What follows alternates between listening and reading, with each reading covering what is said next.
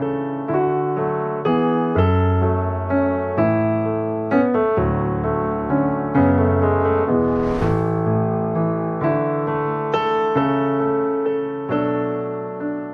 irmãos, a paz do Senhor, tudo bem com vocês?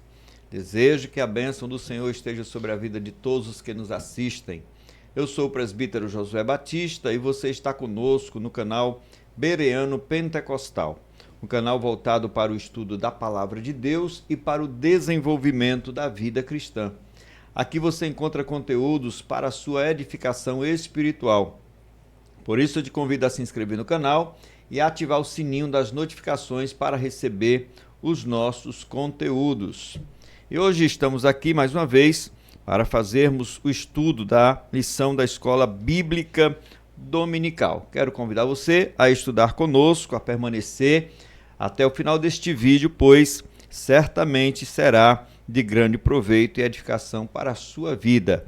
E para estudar conosco este tema, o tema da quarta lição, que é promessa e obediência, nós estamos aqui contando com a participação, mais uma vez, do nosso querido professor presbítero Felipe Nogueira. Felipe, antes de você saudar os irmãos, deixa eu contextualizar aqui os nossos irmãos que nos assistem, certamente, né, ou possivelmente tenhamos alguém que ainda não tenha visto, né, o tema das lições deste trimestre, que é as promessas de Deus.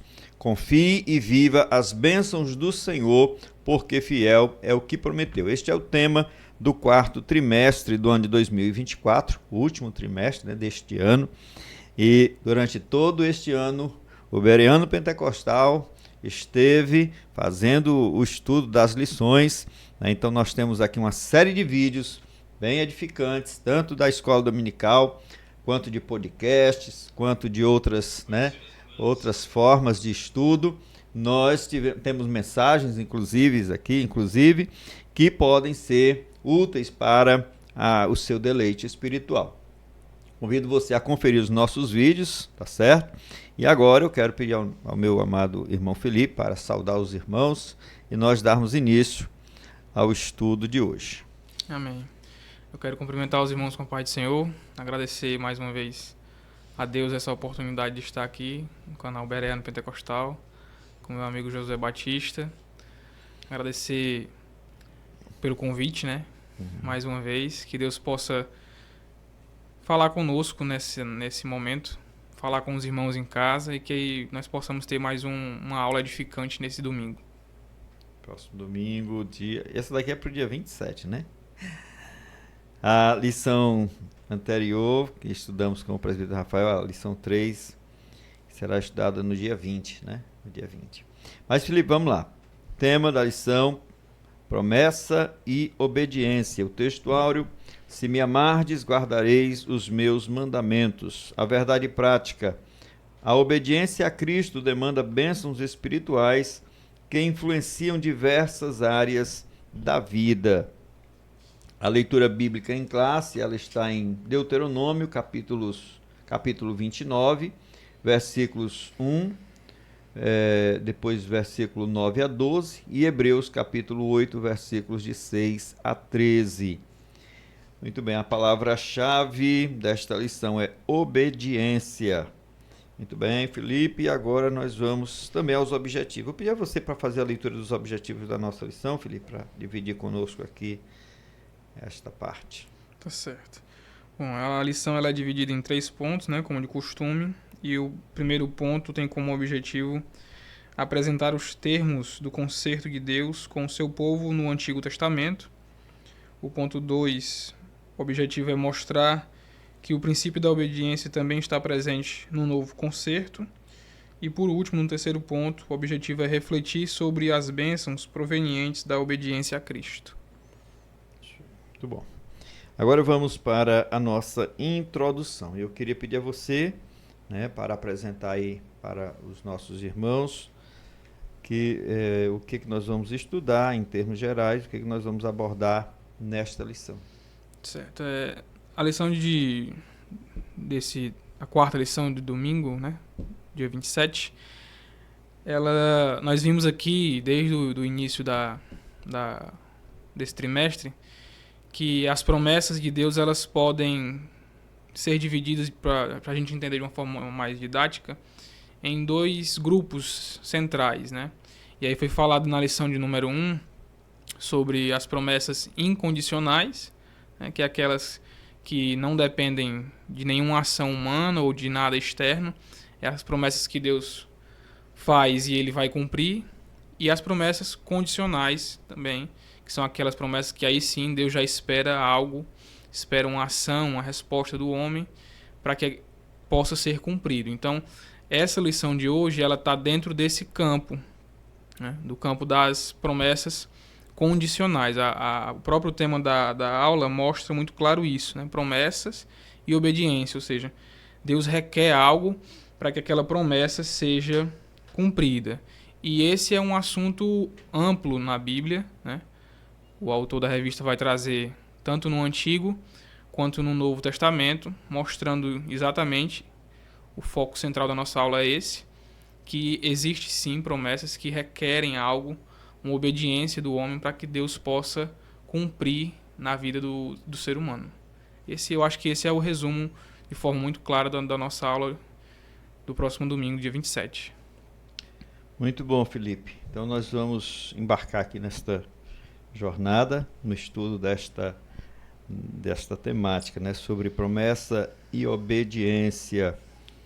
Nós vamos ao primeiro tópico que diz a obediência no Antigo Testamento, né? E aqui nós temos uma fundamentação, né, porque ele pretendeu aqui, o nosso comentarista, fazer este apanhado, né, dentro da Bíblia, na questão dessa relação entre promessa e obediência, né? E nós temos a obediência no Antigo Testamento. Como nós vamos falar de concerto, Felipe, né? Vamos falar do concerto do Antigo Testamento ou da aliança, eu queria que você trouxesse aí uma definição dessa palavra, concerto, aliança, né? Dentro desse conceito bíblico aí. Certo. Bom, a aliança ou concerto, né? A palavra hebraica, né, para aliança é berit, né? E ela aparece cerca de 287 vezes na Bíblia. E o seu significado é compromisso ou pacto, né? Então, quando nós vemos na Bíblia Deus fazendo alianças com o homem, né? Nós vemos isso desde o Gênesis, Deus fazendo alianças com o ser humano. Deus está fazendo um compromisso, um pacto, né? E trazendo para o nosso assunto de hoje, quando Deus faz um compromisso com o homem, existe a parte acordada que está sobre Deus, aquilo que pesa na responsabilidade dele, mas essa aliança também requer uma responsabilidade com quem Deus está fazendo a aliança, né? Então, quando Deus faz aliança ou um pacto com o homem, ele requer algo para que aquela aliança seja cumprida, né? Então, a Bíblia ela é um livro que mostra, desde o princípio, Deus estabelecendo pactos e compromissos com o homem. Nós vemos isso desde o jardim, Deus fazendo aliança ali com Adão, fazendo alianças com Noé, fazendo alianças com Abraão, fazendo alianças com Israel e fazendo alianças com a igreja, que nós vamos ver também no Novo Testamento. Então, o resumo dessa questão que o senhor está perguntando de alianças, o significado mais claro e essencial é esse, é compromisso ou pacto, quando Deus estabelece um pacto ou um compromisso com uma pessoa e agora ele vai honrar a parte dele e espera que essa pessoa também honre a sua. Muito bom. A gente perguntou aqui, embora que o tema seja a questão da promessa e também da obediência, né? Mas eu acho realmente relevante a gente trazer isto, né? Então, resumindo, a aliança é um acordo entre duas partes. Duas partes. Que cada uma tem que cumprir algo, né? Tem que cumprir algumas cláusulas para que possa a aliança permanecer firme, né? É só a gente pensar mesmo num contexto mesmo humano, humanamente falando, né? Uhum. Quando a gente vai casar a gente escolhe uma esposa, né? Quando a gente escolhe um esposo, uma mulher, quando uma irmã escolhe um varão para casar, é feito ali uma aliança, né? E aquela aliança ali tem alguns princípios, algumas coisas que precisam ser honradas para que aquela aliança não seja quebrada, né? quando esses princípios são descumpridos, essa aliança ela é quebrada e existe uma grande possibilidade de trazer danos e grandes prejuízos para aquela família, para aquele casal. Então, Deus aqui está estabelecendo alianças conosco, com o homem, né? Ele vai com certeza honrar a parte dele, mas ele espera que a gente honre a nossa, que a gente cumpra a nossa. Se nós não cumprirmos, essa aliança vai ser quebrada e com certeza também trará danos e prejuízos para essa relação Deus e homem. Se bem que a aliança de Deus com o homem, quem sai ganhando na história é o homem, né? É verdade. Deus faz em favor do favor homem, do para homem. benefício do ser humano, né? É. E o próprio ser humano é quem quebra. Quem quebra. Mas vamos lá, vamos nos antecipar. Vamos aqui ao primeiro subponto, é o concerto de Horebe. Aí você vai trazer mais esclarecimentos sobre o que é Horebe, né? Porque pode ser que nós tenhamos alguém nos assistindo que não saiba essa parte aí da geografia bíblica. E a nossa questão é que Deus estabeleceu uma aliança com o povo, né, de Israel após libertá-los do Egito. Né? Após libertá-los do Egito ali, depois que eles saíram do Egito, caminharam algum tempo ali depois de atravessarem o Mar Vermelho e prosseguirem um pouco dentro do deserto, né? Então, quando eles chegam ali em Horebe, Deus estabelece ali uma aliança com o povo de Israel. E aí eu pergunto o que o povo teria que fazer, né? Quais seriam os benefícios dessa aliança e o que o povo teria que fazer como parte do povo, né, no cumprimento dessa aliança. Pronto, Quando os judeus saem ali, após mais de 400 anos cativo, lá no Egito, lá no livro do Êxodo, no capítulo 19, vai dizer que 3 meses após a saída deles do Egito, eles chegaram ao Horebe, né, que é o mesmo Monte Sinai. Né? Às vezes, dependendo da tradução da Bíblia, aparece Horebe e às vezes aparece Sinai. Né? Então, aqui na revista traz Horebe, mas eu acho que é mais conhecido o Monte Sinai. Eu acho que é mais conhecido no nosso contexto cristão. Então, a gente cantava muito aquele lá no Monte Horebe, essa sardia, né? É verdade. Então, esse episódio aqui acontece 3 meses após a saída deles do Egito, né? É o episódio em que eles chegam ao pé do Monte Sinai e Deus pede a Moisés que reúnam o povo ali, né? Deus diz a Moisés também que demarcasse limites para que o povo não passasse daquele limite, porque Deus iria descer sobre o monte e iria falar com o povo, né? É esse episódio da Bíblia que vai falar que Deus desce sobre o monte começa a fumegar e Moisés sobe ao monte e lá Moisés recebe as tábuas da lei, né? As tábuas da lei, que era a lei que iria reger o povo. Eles estavam saindo do Egito, é um povo que tinha nascido escravo, né? Então, um povo acostumado a servir, a ser escravo, que agora era um povo livre e que precisava de uma lei para os reger. Então, esse episódio é o episódio em que Deus desce sobre o monte, manda que Moisés suba e entrega a ele ali as 2 tábuas contendo a lei que iria reger aquela nação, a lei que é tão conhecida hoje dentro da Bíblia, né?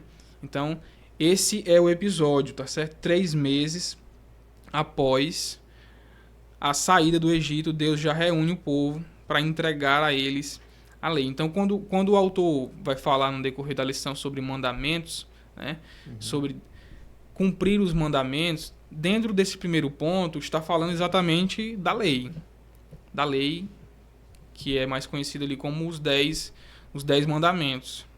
É claro que tem todo o seu desenvolver no decorrer da história, mas essencialmente falando é os 10 mandamentos que Deus entrega ali a Moisés. E o que Deus esperava daquele povo era que eles cumprissem os mandamentos, né? A lei está sendo dada ali com o intuito de que o homem possa cumpri-la, né? Cumpri-la. Deus está entregando a lei. É claro que no próximo ponto nós vamos falar um pouco melhor sobre isso, à luz do Novo Testamento, mas inicialmente ali, quando Deus está entregando a lei, o objetivo, o intuito ali era que o homem conseguisse cumprir aquele mandamento. Então, O que Deus esperava era isso, né? A lei está sendo entregue, o povo saiu do cativeiro após mais de 400 anos ali cativo no Egito. 3 meses depois eles chegam ao pé do Monte Horebe, do Monte Sinai, e Deus entrega ali a lei a Moisés, faz uma aliança com aquele povo para que aquela caminhada que estava tendo início ali, né? Eles estavam saindo do Egito, mas tinham um destino final, né? Deus sabia muito claramente para onde estava levando o seu povo, né? A Terra Prometida, né? A Terra Prometida era o destino final deles. Mas a chegada até aquela Terra Prometida passava pelo caminho da obediência, né? Eles chegariam até aquela Terra Prometida se caminhassem em obediência a Deus naquele deserto rumo à Terra Prometida. A grande questão que nós vemos é que esse pacto, essa aliança que Deus estava estabelecendo com eles,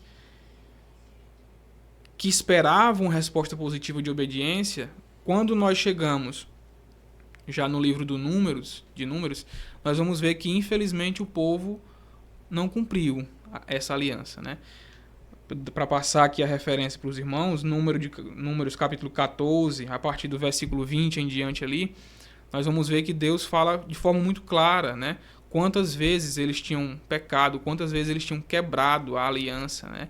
E aí chega nesse capítulo 14 de Números e Deus diz, né, que por causa dessas quebras, por causa dessa incredulidade, por causa do pecado que eles tinham cometido inúmeras vezes, eles não entrariam na Terra Prometida. Aquela geração que tinha recebido o pacto, que tinha recebido a aliança lá no Monte Horebe, mas que não tinha cumprido aquela aliança, tinha caminhado no deserto em desobediência a Deus, por ter desobedecido, não iria entrar na Terra Prometida. É o que Deus fala lá em Números capítulo 14 e sela, né? E diz que de toda aquela geração que tinha saído do Egito, só entraria Josué e Calebe. Certo. Então, assim, nós temos a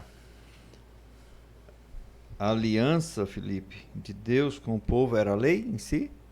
É isso que eu quero que você deixe claro. Era a lei ou era uma promessa de que Deus iria cumprir ou dar a terra a eles, né, conforme havia prometido aos antepassados? E a lei, ela era como que as exigências, né? Sim. Os acordos ali, os termos da aliança. Era assim? Deixa assim isso mais claro. Sim, eu acredito que assim fica mais claro, né? A aliança ali, a promessa, né? Porque quando a gente fala em promessa, né? Humanamente falando, a gente sempre espera ganhar algo em troca, né? Um benefício, né? Um benefício, né?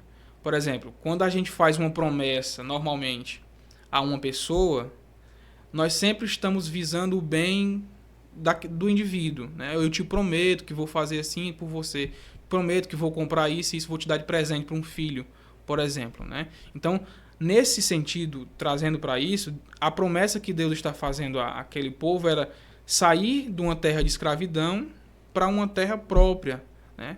Uma terra que seria deles, que Deus daria a eles. Essa era a promessa, uma terra que manava leite e mel. Só que aí vinha a exigência, né?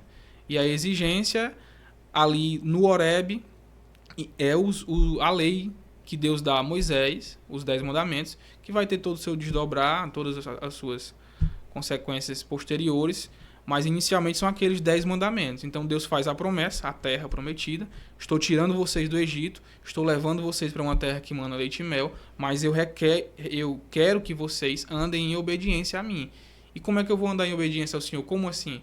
Uma lei. Aqui está a minha lei, aqui é o que eu espero de vocês. Muito bom. Eu estou assim, né, para poder a gente deixar a coisa mais clara. Até eu queria trazer aqui Êxodo 19, versículo 5, Felipe, quando Deus diz assim, a lei já quando eles estavam diante do Sinai, Deus diz: agora, pois se diligentemente ouvis a minha voz e guardares o meu concerto, então sereis a minha propriedade peculiar dentre todos os povos, né? Porque toda a terra é minha, e vós me sereis um reino sacerdotal e o povo santo, né? Então ali Deus estava realmente selando uma aliança. Olha, vocês vão ser meus, eu vou ser o vosso Deus, o seu Deus, né, o Deus de vocês, e vocês vão ser o meu povo. Porém, né, vocês precisam manter o meu conserto. Cumprir aqui, guardar, né, diligentemente a minha voz, guardar o meu conserto. Uma coisa interessante, Felipe, que eu vejo, é que Deus não exigiu isso deles antes lá de libertá-los, né, do Egito.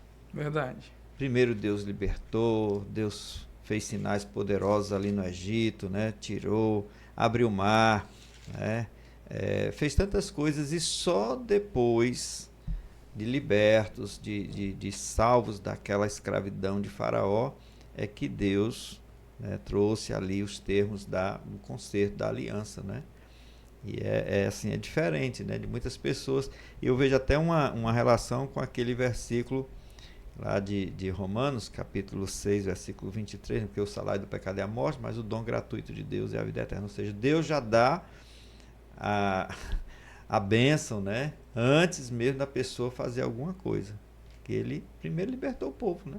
Ele poderia dizer assim, ó, eu só liberto vocês se vocês assinarem aqui os termos dessa aliança. Mas Deus não fez isso, né? Primeiro ele libertou, deu a liberdade, tirou do Egito, aí depois sim, que o povo viu que era um Deus poderoso, que o povo viu que era um Deus amoroso, que cuidaria deles, que faria tudo de bom por eles, né? Então, Deus ali conquistou a confiança, digamos assim, né? É diferente de muita gente que chega impondo as coisas e aí a pessoa não tem como recusar, não tem como rejeitar, né? Não tem alternativa. Deus, porém, mostrou todo o seu amor primeiro, todo o seu cuidado, né? Como ele foi fiel com os patriarcas, tinha prometido que o povo ia sofrer no Egito, mas depois iriam sair, né? E tal. Eu vejo isso aqui muito... É interessante também fazer a ligação desse texto que o senhor leu, né, de Êxodo 19, o verso 8, né, que vocês serão meu povo particular, né, um reino de sacerdotes, com o texto lá de 1 Pedro 2,9, né? A promessa, né, já que nós estamos falando de promessa, o desejo de Deus é o mesmo, tanto no Antigo Testamento quanto no Novo Testamento. Você vai ver que Deus reúne Israel e diz, vocês serão a minha propriedade particular, vocês serão um reino de sacerdotes, né? E Pedro vai falar exatamente a mesma coisa no Novo Testamento para a igreja, né? Lá em 1 Pedro 2, versículo 9, a Bíblia diz, vocês, porém, serão geração eleita, sacerdócio real, nação santa, povo de propriedade exclusiva de Deus, a fim de proclamar as virtudes daquele que o chamou das trevas para a sua maravilhosa luz. Então você vê que o desejo de Deus é o mesmo, tanto no Antigo quanto no Novo Testamento. É ter um povo para ele. Seu, né? Como Jesus disse, eu estou indo, mas eu virei outra vez e vos levarei para mim. Para mim mesmo. Né? Então o que Deus quer, sempre quis com o homem, é ter essa relação íntima, que Deus seja o melhor, né? O melhor que o homem tem, né?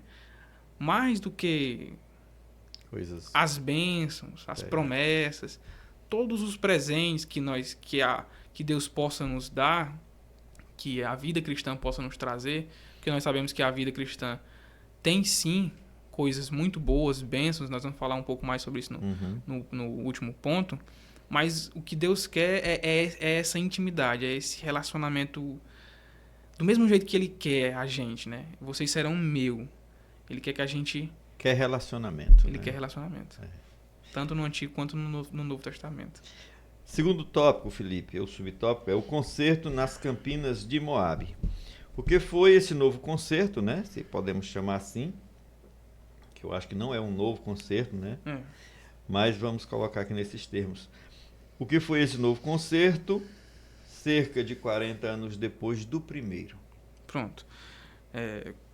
Como nós já falamos no primeiro ponto, esse concerto, essa aliança, ela é estabelecida 3 meses após a saída do Egito. Esse outro novo concerto, ele vai acontecer aí cerca de quase 40 anos após, né? Aqui já é num momento completamente diferente, nós estamos falando do livro de Deuteronômio, né? Lá no livro de Deuteronômio, esse concerto vai acontecer.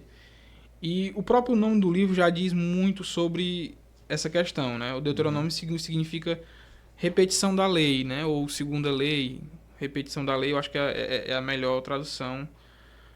o que é que estava acontecendo, né?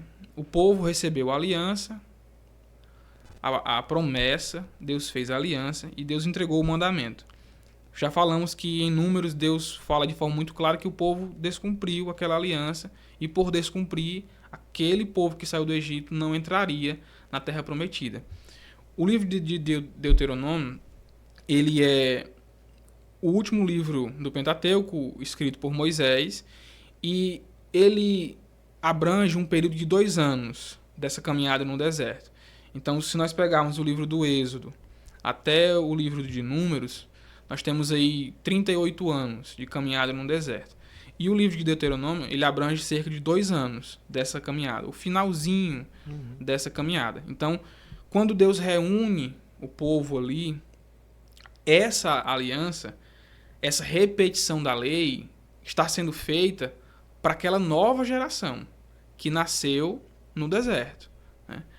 Aquela geração que saiu do Egito falhou, descumpriu o mandamento e, por consequência, não receberia a promessa da terra prometida. Mas uma nova aliança tinha nascido. E agora Deus incumbe a Moisés de repetir a lei a eles, de repetir os mandamentos. E mais uma vez é posta ali a aliança, a promessa da terra. Darei a vocês, eu darei a vocês.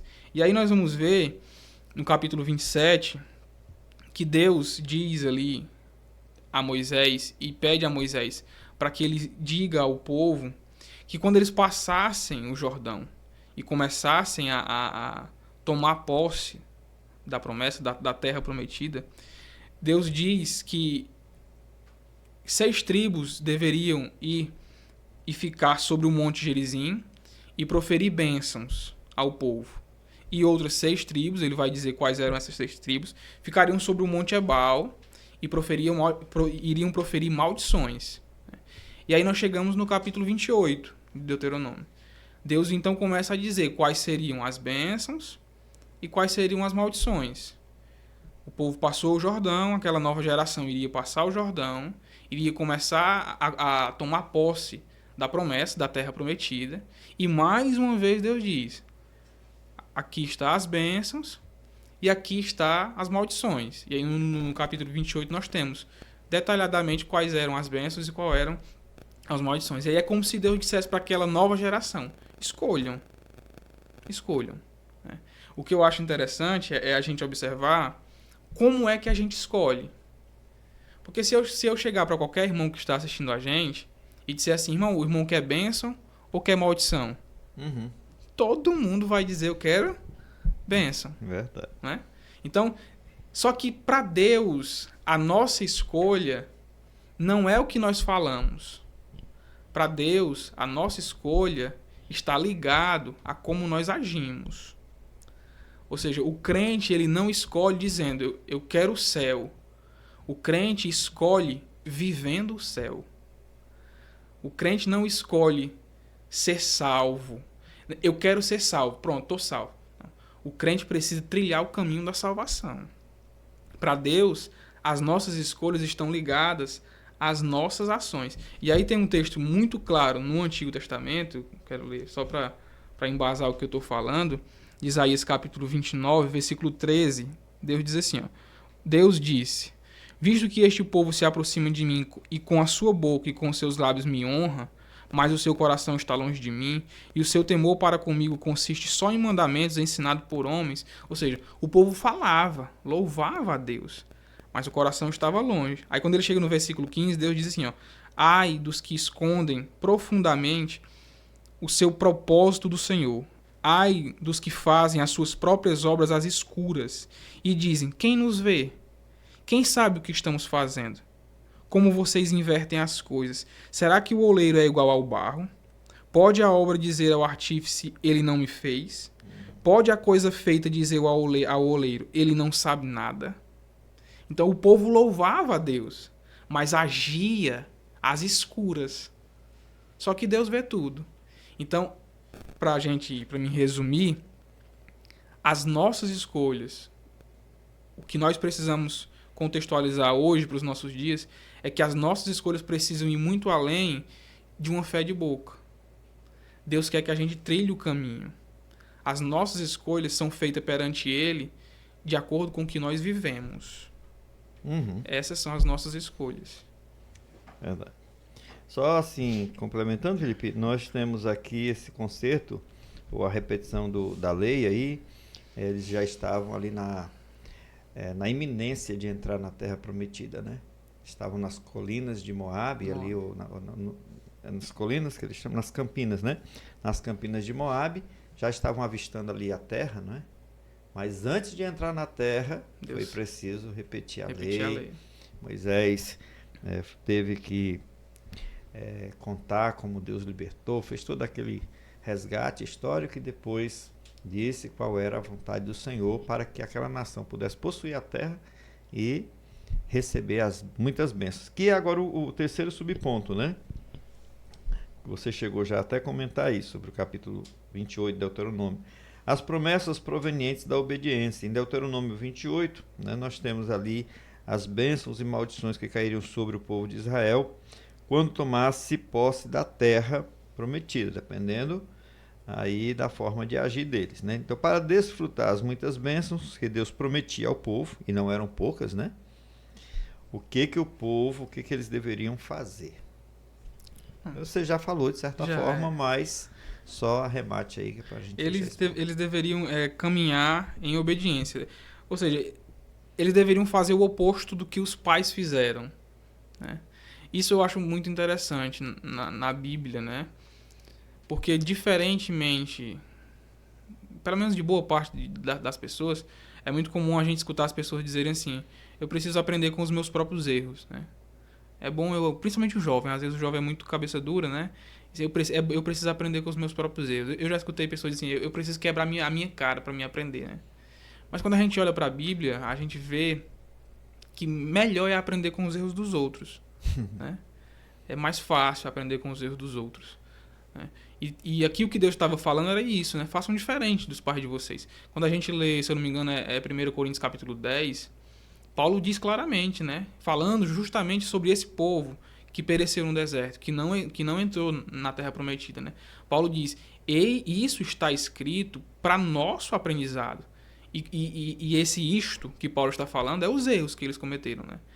Isso está escrito e registrado para nosso aprendizado, para que a gente não caia nos mesmos erros que ele. Então, o que Deus esperava era que aquela nova geração que iria herdar a Terra Prometida, eles iriam entrar, Deus iria de fato dar para eles aquela terra prometida a Abraão há muitos anos atrás, que agisse diferente. Que agisse diferente da geração dos pais deles, né? Agora, eu acredito que o grande ponto para a gente observar nessa relação promessa, né, e cumprimento da promessa é o que de fato deve nos motivar a cumprir os mandamentos, né?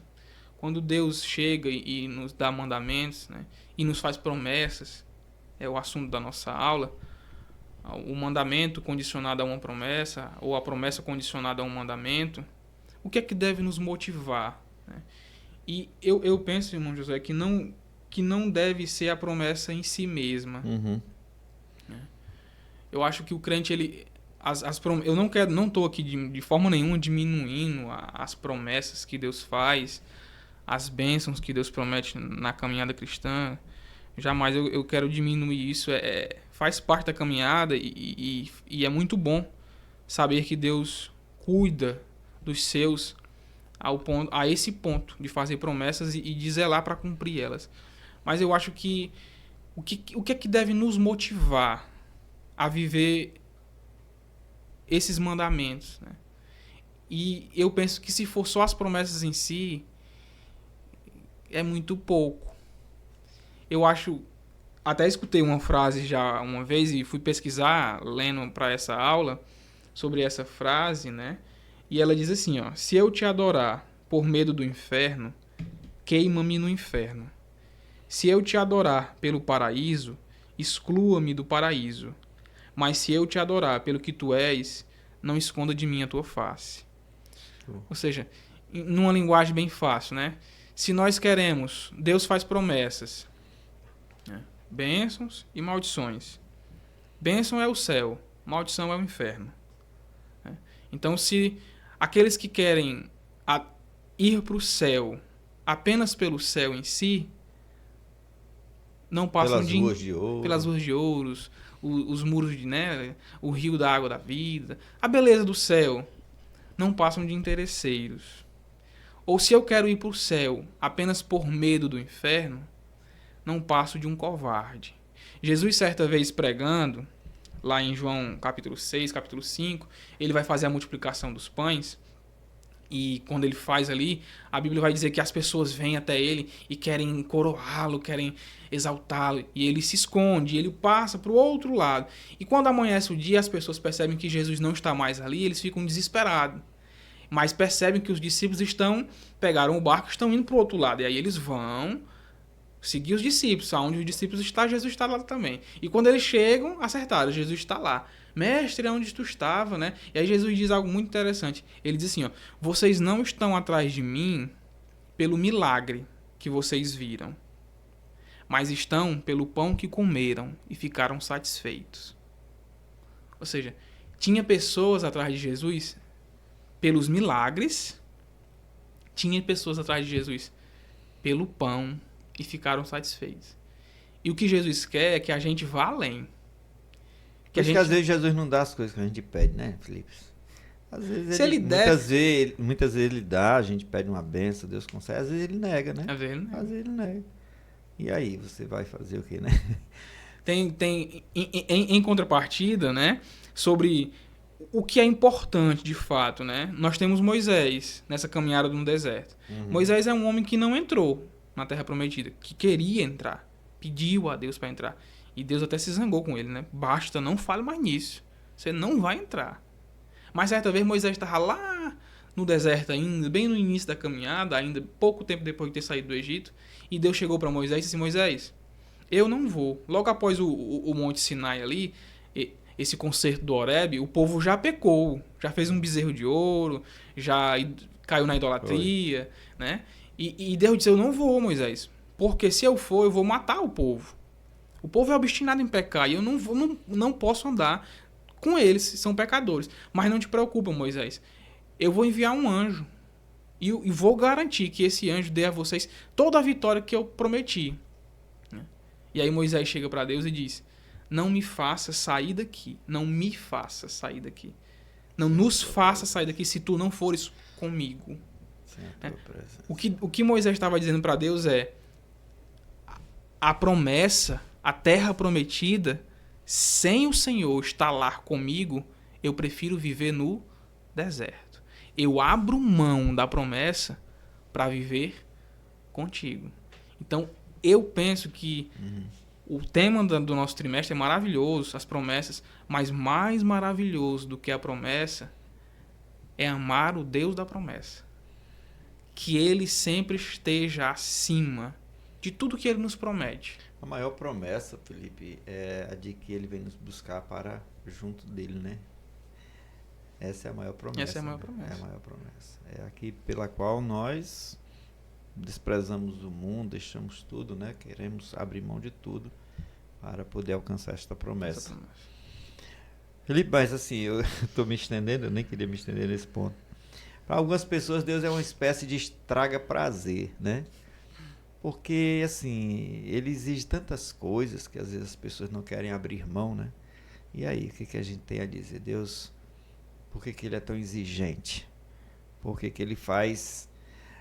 tem um padrão tão elevado, assim, que as pessoas, às vezes, né, ficam frustradas. Não quero seguir esse Deus, não quero ser cristão, não quero ser crente, porque eu vou ter que abrir mão disso, daquilo, porque... Então, por quê, né? Me diga aí. Eu penso assim, eu penso que o que é complicado é quando a gente parte do ponto de que a salvação, por exemplo, a salvação, ela nos é oferecida, mas Deus exige algo. E se nós focarmos nisso, de que eu preciso fazer para ser, realmente aí essas pessoas caem nessa questão de Deus é muito exigente. Porque se nós focarmos nisso, é impossível para o homem. Se depender da força humana, fazer para ser é impossível. Agora, quando a gente olha para o verdadeiro evangelho e a gente entende que a salvação é graça, que Cristo já conquistou a salvação por nós na cruz e que ele aquilo que nós não podíamos fazer, ele já fez. Quando a gente entende que nós éramos perdidos, culpados e condenados, mas em Cristo nós somos mais do que vencedores. Quando o crente entende isso, ele passa a fazer as coisas, os mandamentos, as exigências, como forma de gratidão.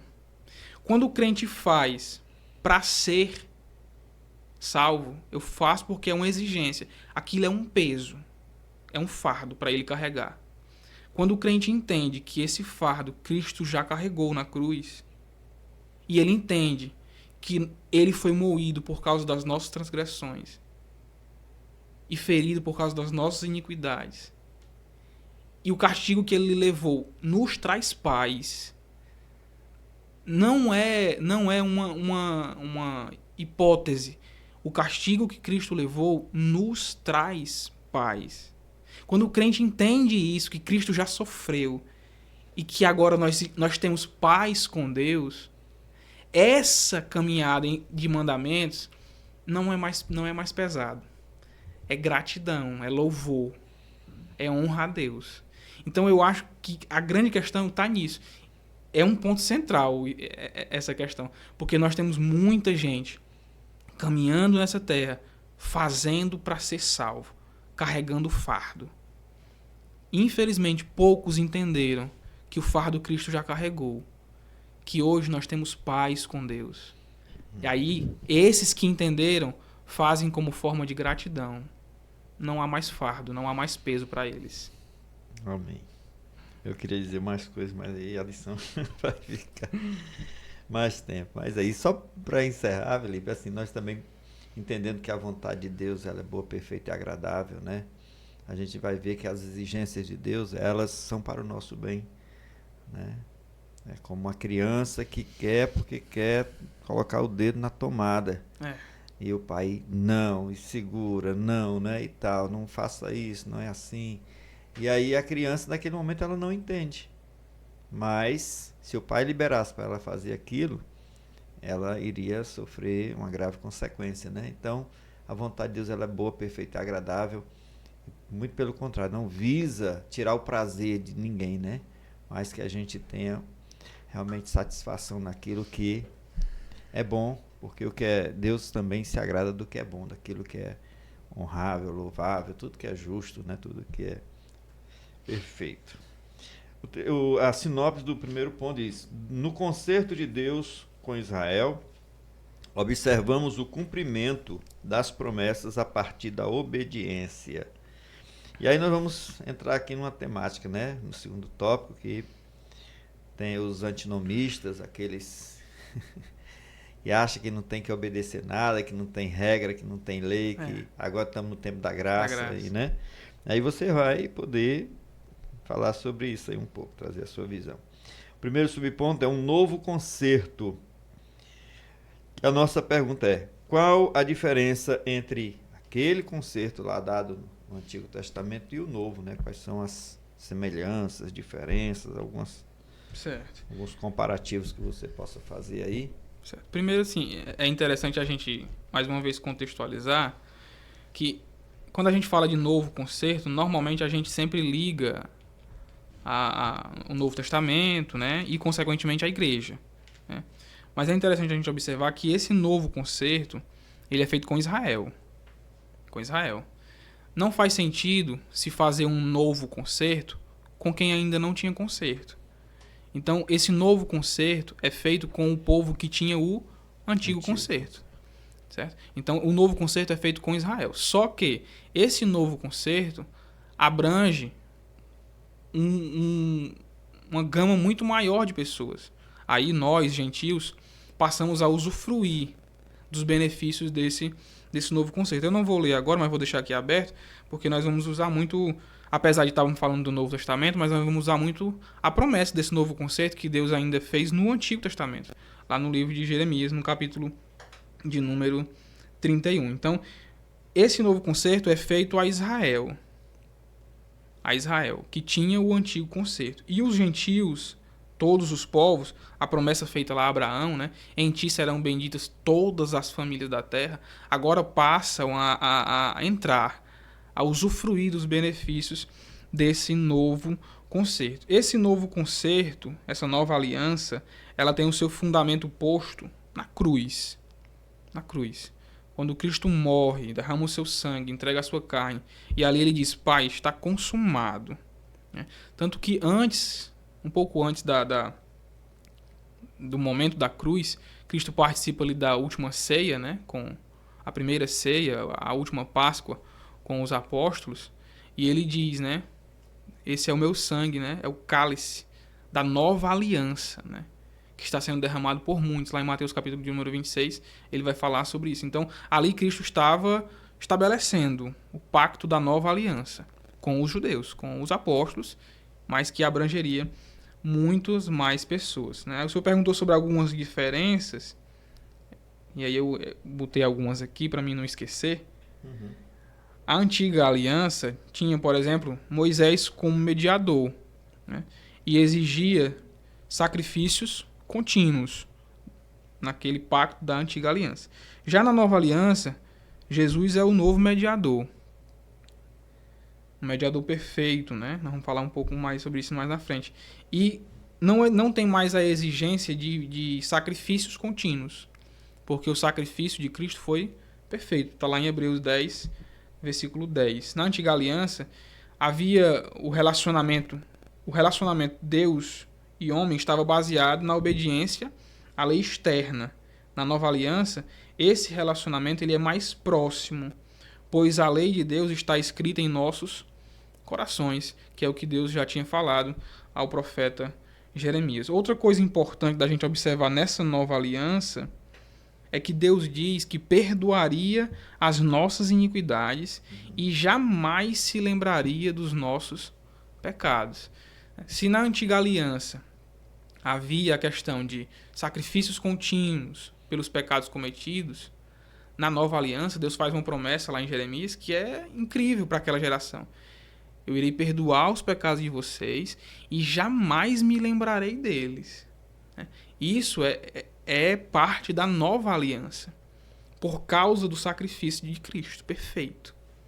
Em Cristo, tudo foi aperfeiçoado. Como o autor aos Hebreus vai dizer, a carta aos Hebreus é a luz para entender o Antigo Testamento, né? Em Cristo, as coisas foram encaixadas, foram claramente entendidas. Quebra-cabeça, né? Foi encaixado, né? Você vai ver que detalhes da lei, detalhes do tabernáculo, tudo apontava para Cristo, o sacrifício perfeito, o mediador perfeito. E por quem está em Cristo, tem os seus pecados perdoados. Essa é uma das grandes diferenças da antiga aliança para a nova aliança. A repetição dos sacrifícios hoje não precisa mais, porque o sacrifício de Cristo foi perfeito. Muito bom. Eu não sei se deveria fazer essa pergunta, que não está aí no nosso script, mas assim, Felipe, você diria que a lei, a aliança antiga, né, a antiga aliança e a nova aliança, em comparação assim, ela é mais rígida do que a nova? Nós agora, como é que é? Mais dura, mais inflexível? Deixa eu ver se eu acho o texto que já me veio na minha cabeça aqui. Veja aí, se você consegue esclarecer, né? Eu acho que a nova aliança é mais severa. Mais severa. O autor aos Hebreus diz assim, ó, capítulo 10, versículo 28, para a gente contextualizar direitinho.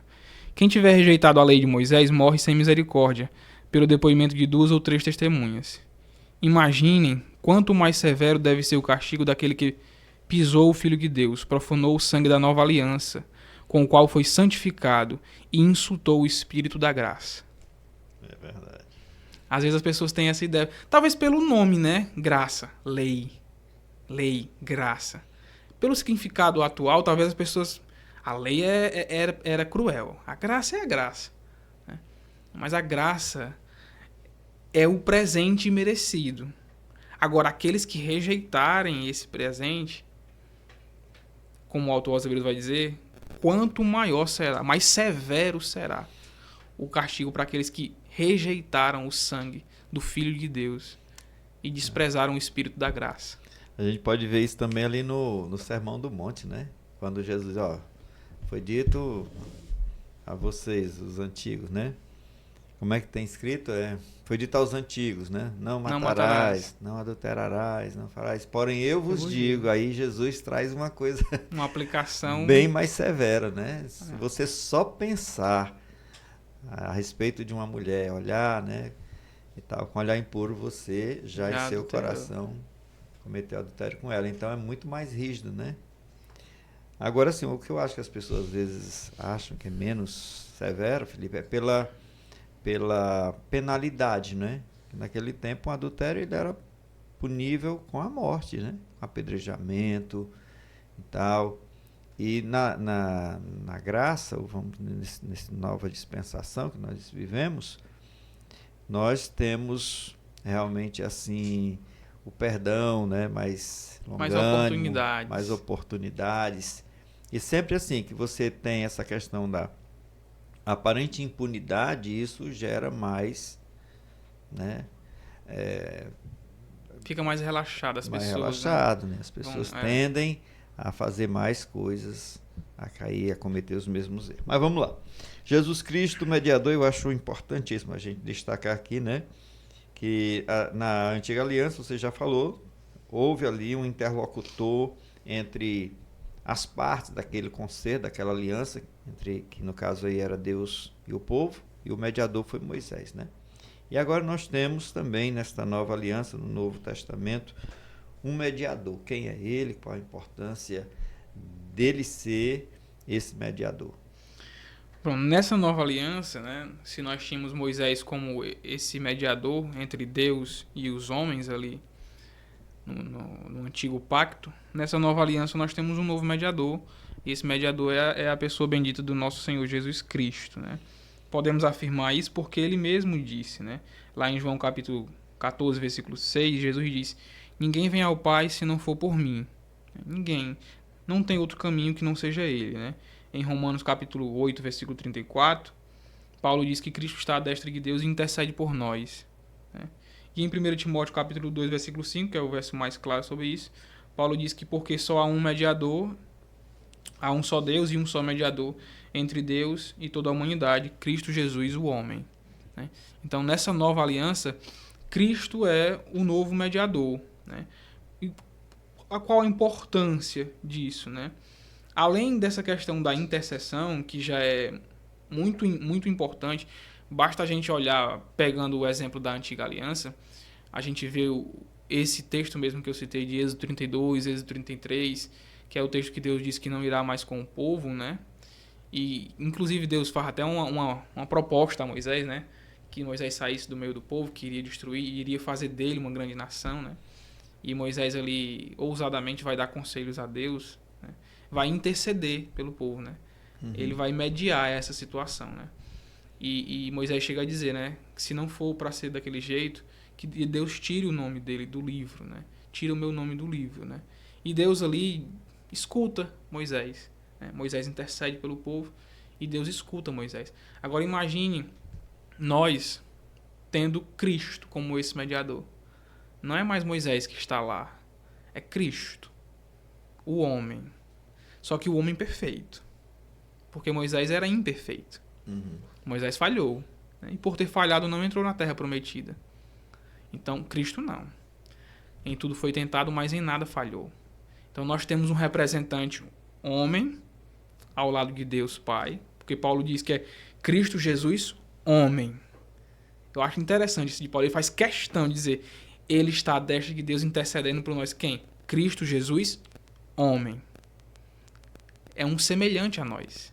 É um que sabe das dificuldades de ser homem, né? E aí eu fico imaginando quantas vezes não será que o Filipe falhou e Jesus olhou para Deus e disse: calma, pai. Ele é homem. Eu sei o que é isso. Intercedeu por mim. Intercedeu por você. Quantas vezes não será que Cristo intercedeu por nós? À destra de Deus. O ser humano perfeito, né? Então, esse ato de interceder de Cristo é magnífico, é incrível. Mas, além disso, nós vemos que em tudo Cristo é superior. Em tudo ele é superior. Na intercessão ele é superior. No sacrifício que ele fez, ele é superior.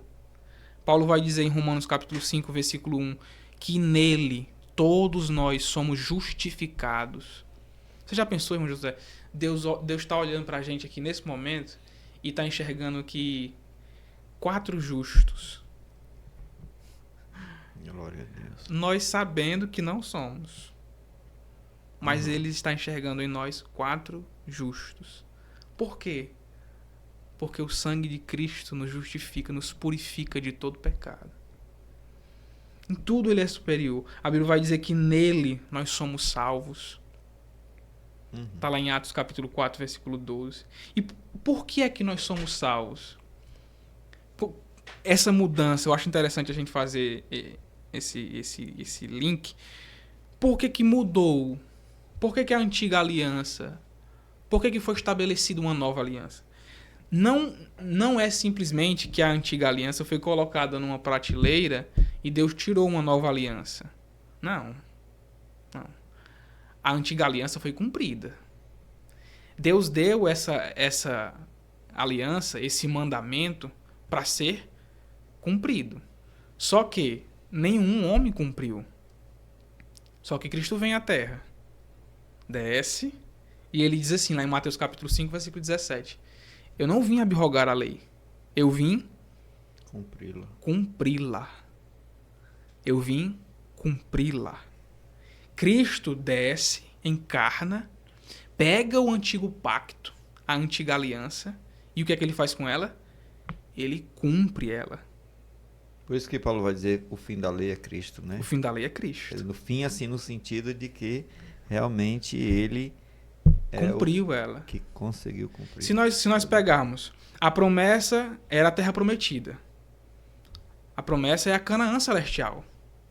Para esse novo pacto, a promessa é a Canaã celestial.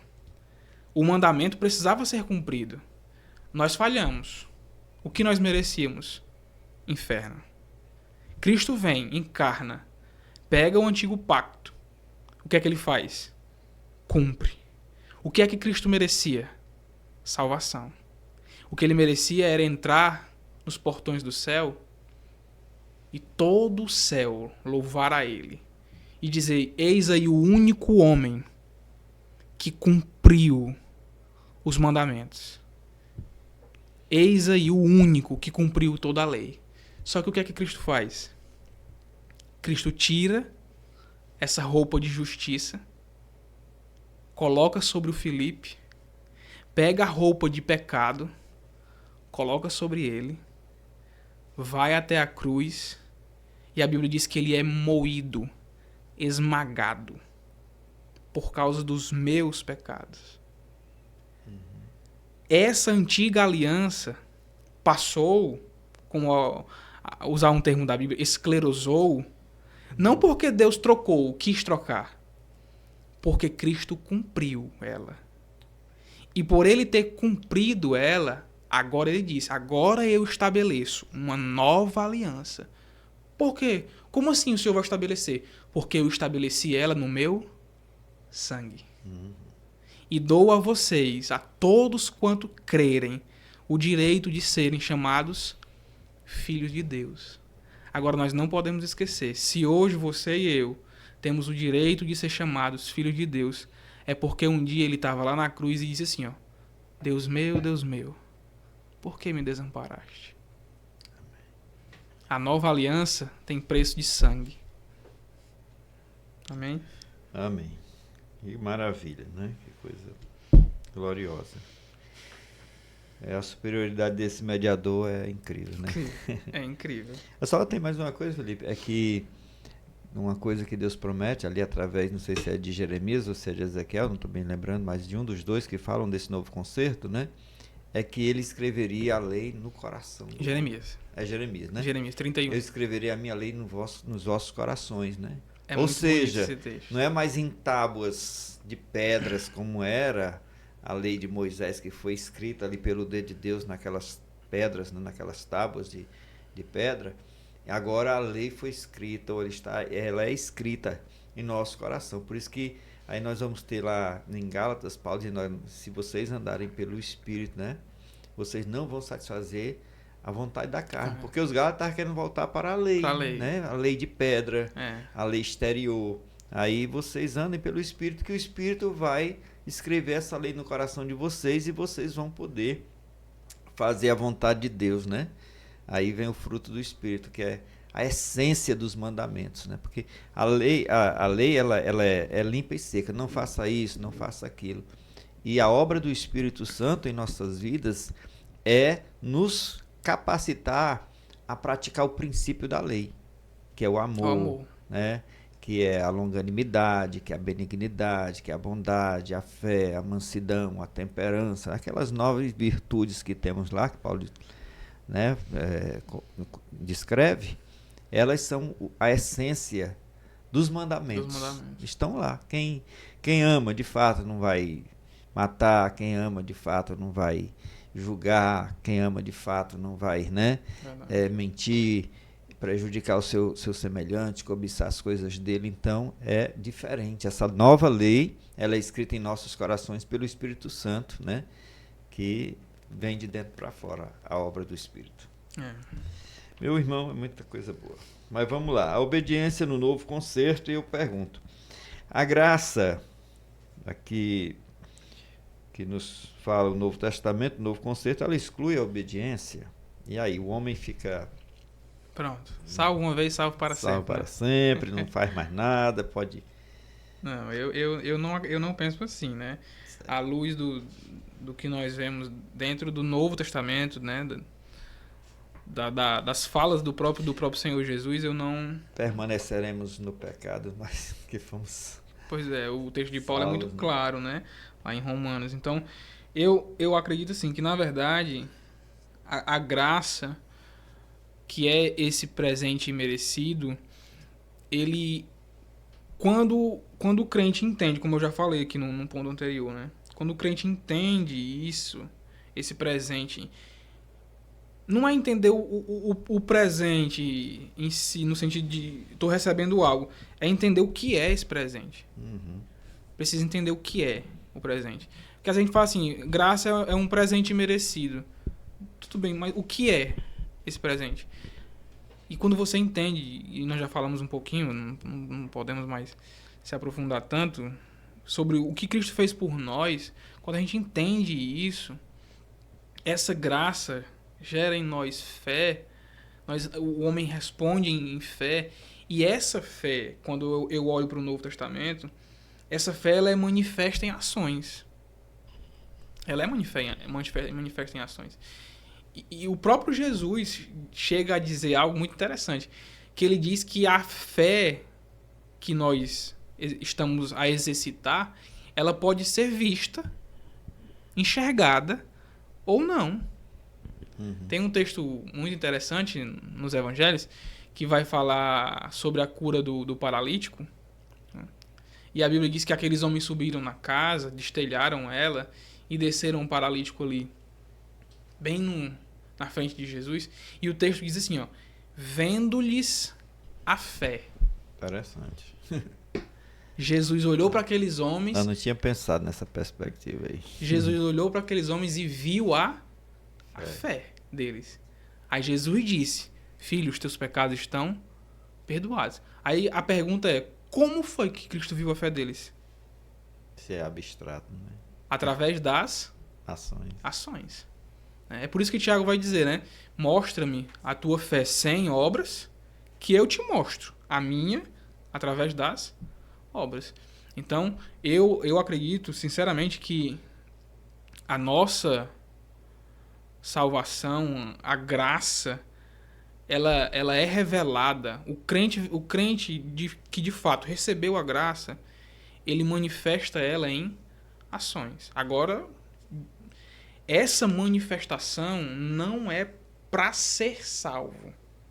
Essa manifestação em ações é porque ele é salvo. Ele recebeu a salvação de graça.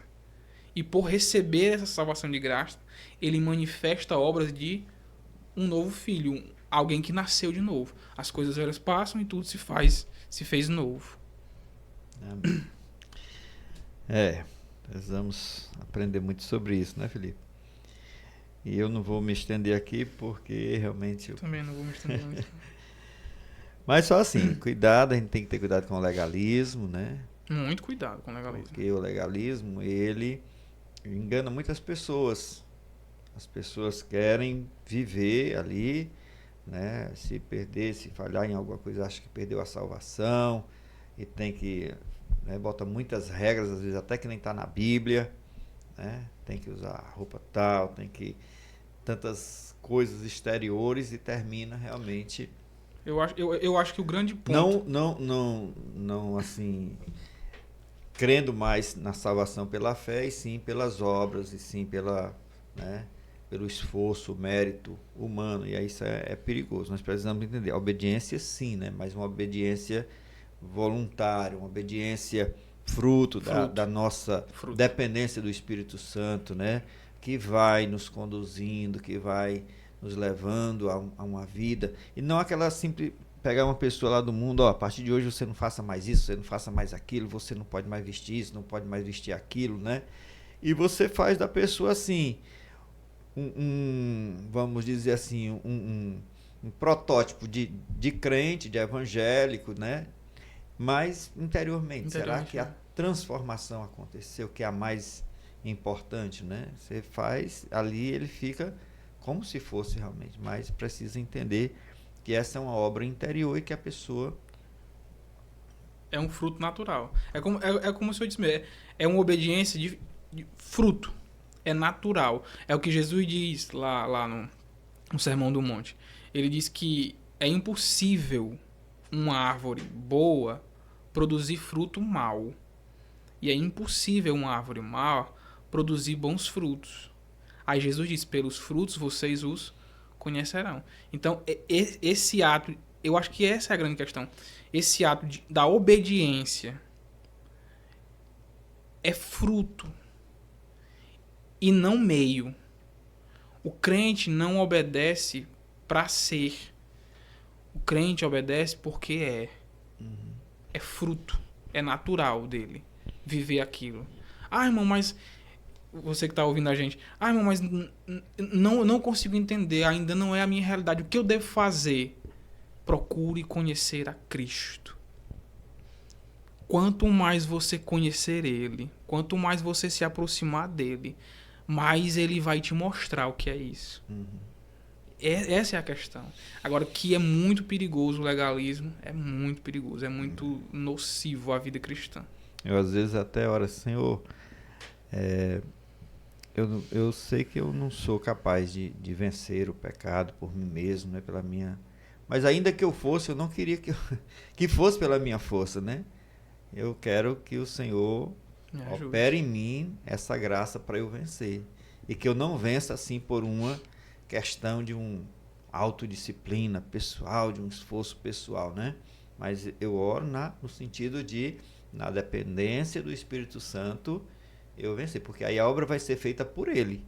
E não eu vá depois dizer assim, né? Eu venci como no Antigo Testamento, eu venci pela força do meu braço, né? Pela minha capacidade, pelo meu poder. Como tem gente que às vezes tem um vício lá no mundo, diz, no dia que eu quiser parar de fumar, eu paro. Ela diz que se garante, né? É uma pessoa que se garante. E nós precisamos entender. É muito maravilhoso pensar nessas coisas. A sinopse do segundo ponto é: o Novo Testamento mostra Jesus como a nova aliança, cumprindo a promessa de salvação a todos que respondem com arrependimento e fé. Bênçãos provenientes da obediência a Cristo, é o terceiro tópico, né? E aqui, Felipe, nós vamos dar uma resumida, porque nós vamos juntar Esse primeiro ponto não, né? Nós vamos subpondo, nós vamos pedir a você que fale aí com a natureza das bênçãos do novo concerto, porque o primeiro tópico é bênçãos espirituais, né? Qual é a natureza das bênçãos do novo concerto? E aí no segundo nós vamos juntar com o terceiro, tá certo? Certo. E você vai falar sobre as 3 dádivas, né, divinas que desfrutam os que participam do novo concerto. E aí já passo para você falar de tudo. Já os tudo, né? Pronto. Você já sai de um, já começa o outro. Né? Tá certo. Então, nesse primeiro ponto, né, e bênçãos espirituais, quais são a natureza, né, dessas bênçãos? E o próprio tópico já mostra que são de natureza espiritual, né? No novo concerto, essas bênçãos, como todo ele é superior. Né?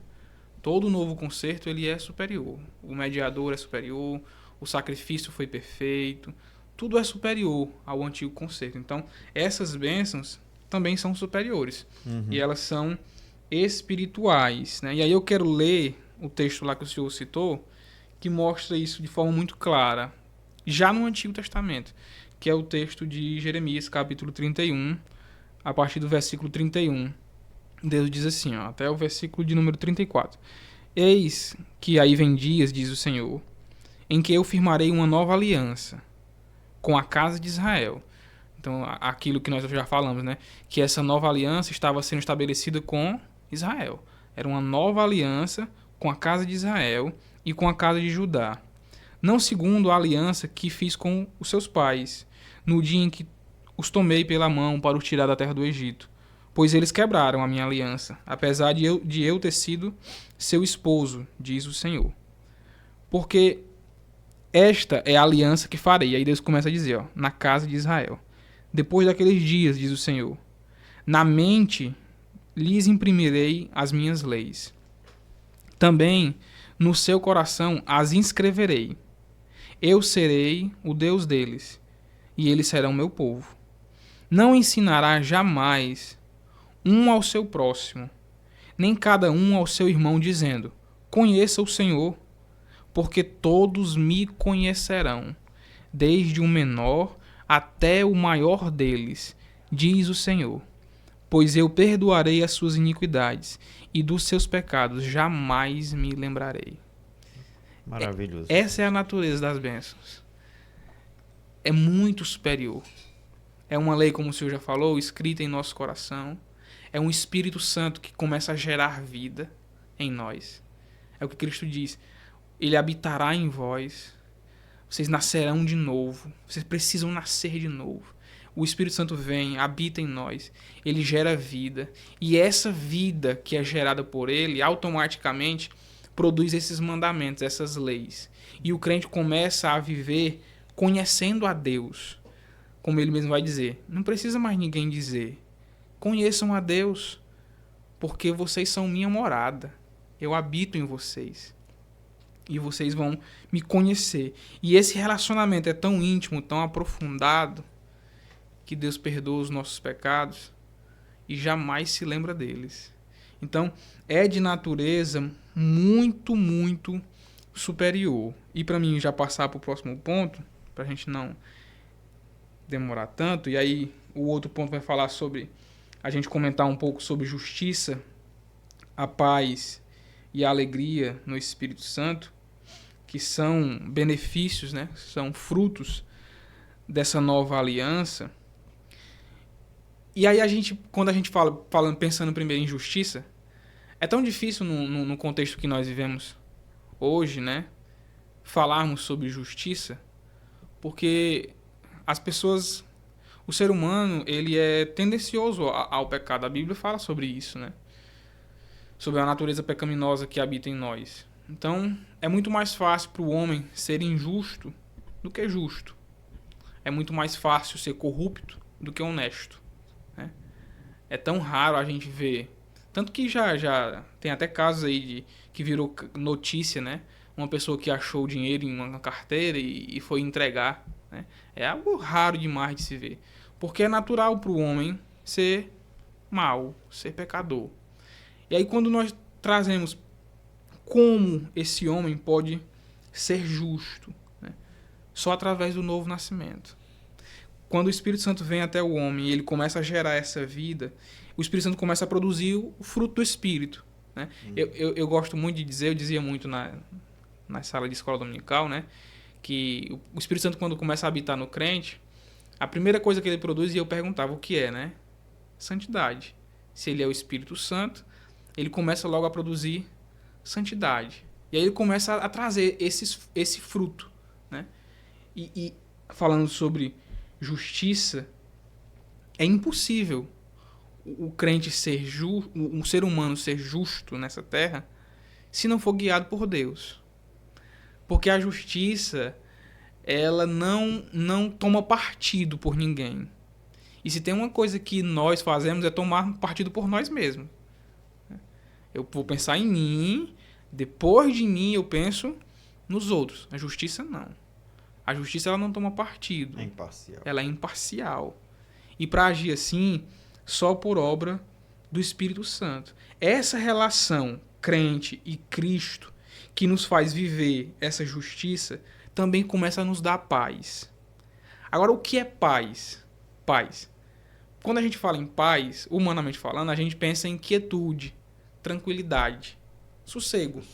Né? Mas tá uma paz aqui, ó. Não escuto nada, só os passarinhos cantando. Tá uma paz. Então, aos olhos humanos, paz é quietude, tranquilidade. Só que a paz que o Espírito Santo nos dá, que essa vida nos dá, é uma paz que supera as circunstâncias da vida. É uma paz que vai além da quietude, da tranquilidade. É uma paz que nos dá a quietude e a tranquilidade mesmo em meio ao caos. Por quê? Como é que o crente consegue ter essa paz? Às vezes a gente diz, como é que esse crente é desse jeito? Tudo dando errado e ele tá cantando. Tudo difícil e ele tá aí rindo, dando glória. Como é que pode? É porque a paz que Cristo nos dá não está baseada nas situações da vida. A paz humana está baseada na quietude. A nossa paz não. A nossa paz está baseada nele. Nele. E aí, Paulo vai falar um dos textos mais bonitos da Bíblia, lá em Romanos, no capítulo 8. Se você não citasse, eu ia citar. Romanos capítulo 8, versículo 38, Paulo diz assim, ó. Eu pensei que era o 5 e o primeiro. Porque eu estou bem certo de que nem a morte... Olha aí, ó. Chegou o dia. Acabou-se. Não tem mais. É uma doença grave. Essa doença vai tirar a paz do crente? Nem a morte, nem a vida, nem anjo, nem principado, nem coisas do presente, nem do porvir, nem os poderes, nem a altura, nem a profundidade, nem qualquer outra criatura pode nos separar do amor de Deus que está em Cristo Jesus. O crente que entende isso, que nada. Jesus disse assim, ó, ninguém tem o poder de arrebatar vocês da minha mão. Eu tenho vocês aqui na palma da minha mão e ninguém tira vocês daqui. O crente que entende isso e se depara com os problemas da vida, mas mesmo em meio aos problemas ele tem paz. Por quê? Porque a segurança dele é Cristo. E nada pode nos separar dele. Nada pode nos separar dele. Então, esse relacionamento, o Espírito Santo vem, começa a produzir justiça, começa a produzir paz e, consequentemente, nos traz alegria. E aí não tem como falar de alegria sem falar de Paulo. Paulo escreve aquilo que nós cristãos chamamos de a carta da alegria. A carta aos Filipenses, quando ele diz lá no capítulo 4, no versículo 4, ele diz: alegrai-vos no Senhor, outra vez vos digo, alegrai-vos. Só que Paulo não estava na Disney. Paulo não estava passeando no Shopping Guatemi.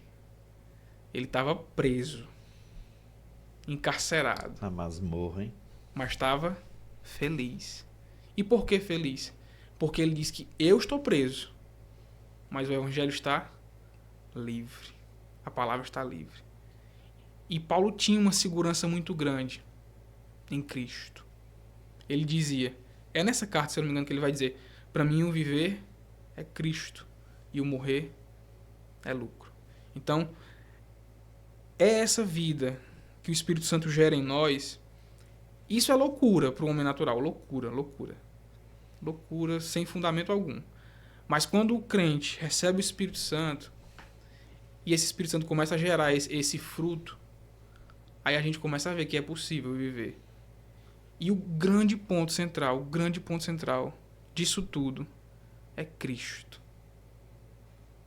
Esse relacionamento que Moisés lá no Antigo Testamento não queria perder. É esse relacionamento que nós devemos cultivar, para que se cumpra o que ele mesmo disse lá em João, capítulo 14, versículo 1 ao 3, que é a nossa maior promessa. Eu estou indo preparar lugar, e se eu for, eu virei outra vez, e vos levarei para mim mesmo. Essa promessa, ninguém pode impedir ele de cumprir. Felipe, é só também aqui complementando, né? Tudo isso é dádiva, né, de Deus, né? Essa paz, essa justiça, ela não é produzida por nós, né? Mas ela é tudo como dádiva divina, né? E aí até o apóstolo, porque o reino de Deus não é comida nem bebida, mas justiça, paz e alegria no Espírito Santo, né? A gente vai desfrutar. E isto, assim, para a gente desfrutar, a gente tem que permanecer em obediência, né? Em obediência a Cristo, e nós alcançaremos essas bênçãos, estaremos sempre sendo, como diz o Salmo 23, certamente, que a bondade e a misericórdia me seguirão, né? Ou seja, não precisa a gente correr atrás da bênção, a bênção que corre atrás de nós. Que bênção. Irmão Felipe, a sinopse do terceiro ponto diz: os que obedecem a Cristo vivem em santidade e justiça, regidos pelo Espírito Santo. Eu quero que você faça as suas considerações finais. Amém. Para a gente encerrar o nosso estudo maravilhoso, né? Aqui desta noite. Amém. Eu gostaria de agradecer, né, mais uma vez o Senhor pelo convite, né? Agradecer a Deus pela oportunidade, pela saúde que Ele tem me dado. E pedir a Deus que Deus possa abençoar, né, a nós, né, aos nossos irmãos que estão nos ouvindo, né? Que a gente possa realmente entender que essa obediência, ela não é um peso, não é um fardo, né? Que ela é um presente, ela é uma consequência natural de um presente magnífico que foi nos dado, que é a salvação, né? Que o Espírito Santo possa falar com os irmãos através dessa palavra e que nós possamos a cada dia crescer em graça, em conhecimento e possamos caminhar mais pertinho de Jesus, que eu acredito que esse é o grande objetivo da nossa caminhada aqui nessa terra.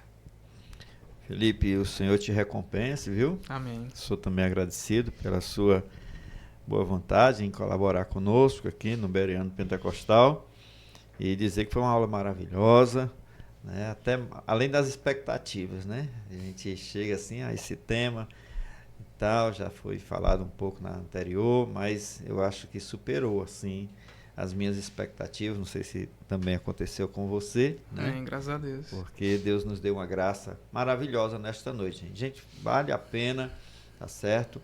Vocês estudarem conosco, estudem conosco, tá certo?